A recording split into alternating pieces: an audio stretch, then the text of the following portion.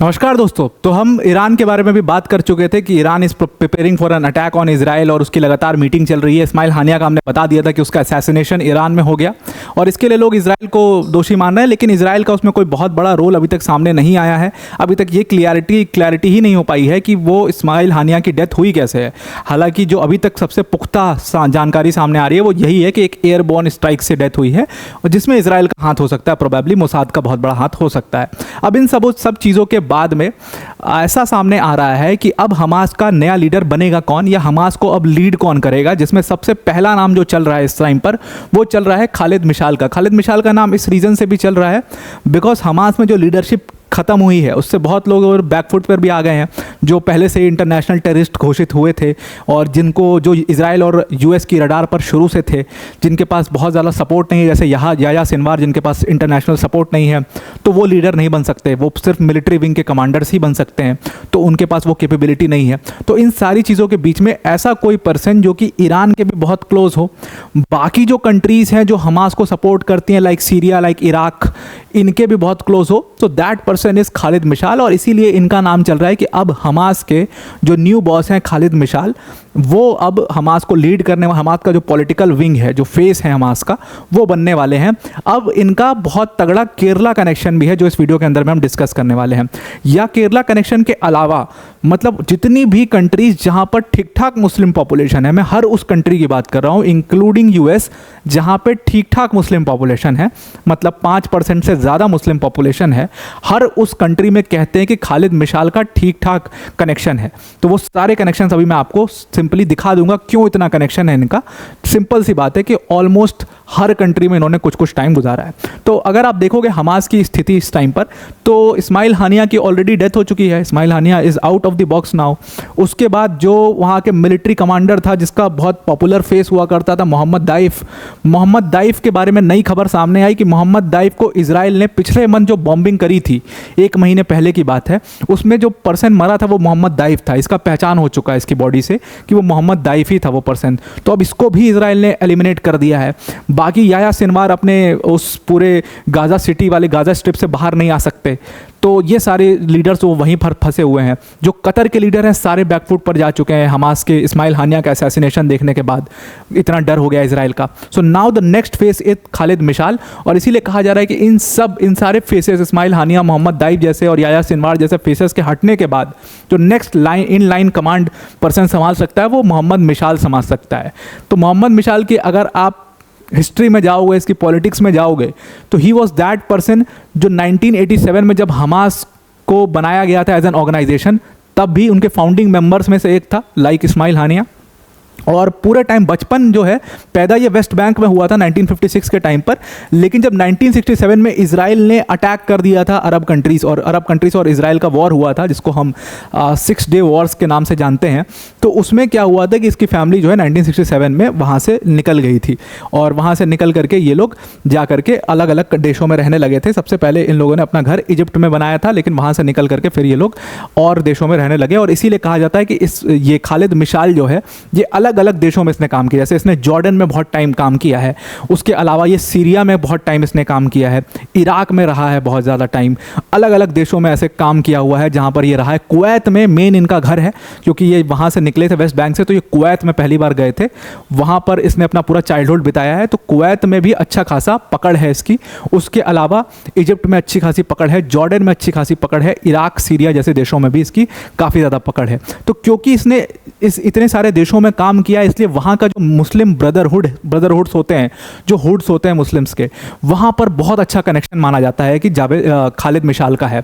अब जैसे इस्माइल हानिया का अगर आप देखेंगे बचपन से लेकर के पूरी पॉलिटिकल लाइफ, तो वो most of the time he was into the Gaza strip और वेस्ट बैंक, मोर और by and large Palestine, he was into the Palestine. But इनके साथ खालिद मिशाल के साथ चीज़ें बिल्कुल डिफरेंट है। इसने अलग अलग देशों में काम किया है और इसीलिए कहते हैं कि शायद इसके पास लोकल सपोर्ट उतना नहीं है हमास के, मतलब जो पैलेस्टीनियंस का लोकल सपोर्ट है वो लोग उतना नहीं इसको रिकॉग्नाइज करते हैं, लेकिन इंटरनेशनल सपोर्ट गैदर करने में ये बहुत ही ज़्यादा कारगर साबित होने वाला ये व्यक्ति। और क्योंकि हमास के फाउंडिंग मेंबर्स में से भी रहा है, तो इसलिए खालिद मिशाल में पूरी वो ताकत है कि ये हमास का न्यू बॉस बन भी सकता है।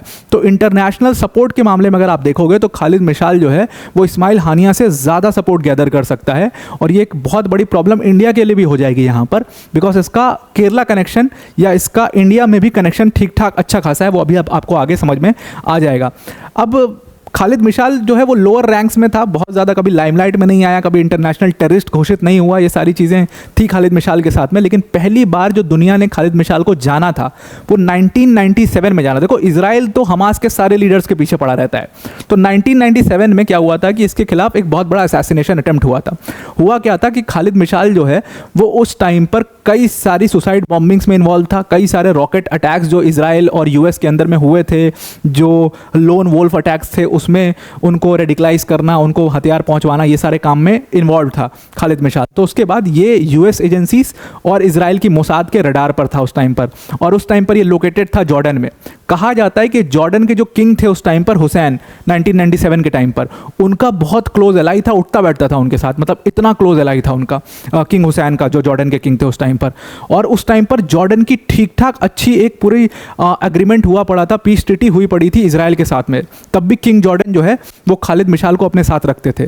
फिर 1997 में कुछ मोसाद एजेंट्स ने खालिद मिशाल को पहचान लिया जॉर्डन में, और वहाँ पर इसको एक इंजेक्शन, एक पॉइजन इंजेक्ट कर दिया, जिसके बाद धीरे धीरे इसका रेस्पिरेटरी सिस्टम जो था वो काम करना बंद कर रहा था और ये हॉस्पिटल में एडमिट हो गया था। अब सोचिए, इतनी दोस्ती थी इसकी जॉर्डन के किंग हुसैन से कि जॉर्डन के किंग हुसैन ने इजराइल से पंगा मोल ले लिया, और उन सारे मोसाद एजेंट्स जिन्होंने इंजेक्ट किया था इसको, उसको पकड़ लिया उन मोसाद एजेंट्स को, और धमकी दी खुलेआम इजराइल को कि इन मोसाद एजेंट्स को मैं फांसी की सज़ा दे दूंगा अगर, और मैं आपसे जो पीस ट्रीटी हमने करी है उसको भी तोड़ दूंगा अगर आपने इस पॉइजन का एंटीडोट हमें जल्दी नहीं दिया। अगर ये मिसाल मर गया तो फिर हम पीस ट्रीटी भी तोड़ देंगे और इन मोसाद एजेंट्स को भी मार देंगे। उसके लिए इजराइल ने अपने मोसाद एजेंट्स को बचाने के लिए वो एंटीडोट जॉर्डन के किंग को दे दिया था, जिसके बाद ये दोबारा से बच गया, और वहाँ से फिर इजराइल और जो जॉर्डन के रिलेशंस थे वो भी थोड़े से खटास भरे रिलेशंस हो गए, लेकिन इसको खालिद मिशाल को यहाँ पर बचा लिया जॉर्डन किंग ने। तो ये दिखाता है कि किस तरीके का कनेक्शन खालिद मिशाल रखता है। आप देखिए कि इस्माइल हानिया ईरान के सुप्रीम लीडर के सरपरस्ती में भी ईरान में उसको मार दिया जाता है, और दूसरी तरफ जॉर्डन के किंग का ऐसा ये क्लोज था कि उसको मारने के बाद भी दोबारा से उसको जिंदा कर लिया जाता है। इसको इसीलिए कहते हैं इसको मार्टियर्ड लीडर, कि मतलब इसको मरा हुआ नेता बोलते हैं, कि मर के इसने जिंदा हुआ है ये दोबारा से, इसलिए इसको मार्टियर्ड लीडर भी बोलते हैं हमास के अंदर में। तो इसीलिए खालिद मिशाल को उसके बाद जब दुनिया के नज़र के सामने आया, और क्योंकि इजराइल और यूएस ने इसको एज अ टेररिस्ट घोषित कर ही दिया था, तो ये वैसे भी लाइमलाइट में आ गया काफ़ी ज़्यादा, और एक तरीके से हमास की जितनी भी डिसीजन मेकिंग जो ऑर्गेनाइजेशन है, पॉलिट ब्यूरो जिसको कहते हैं, उसको इसने हेड किया। उसको इसने जब से ये हमास बना था 1996 से 2017 तक उसको हेड किया ऑलमोस्ट, और उसके बाद इस्माइल हानिया आपको पता है कि वो कतर में आ गए, तो फिर वो हेड करने लग गए। तो उसके बाद जो है ये अलग अलग देशों में काम करने लगा हमास के लिए। इसने जॉर्डन में भी काफ़ी काम किया हमास को लेकर के, और जॉर्डन में अच्छा खासा इसका कनेक्शन है।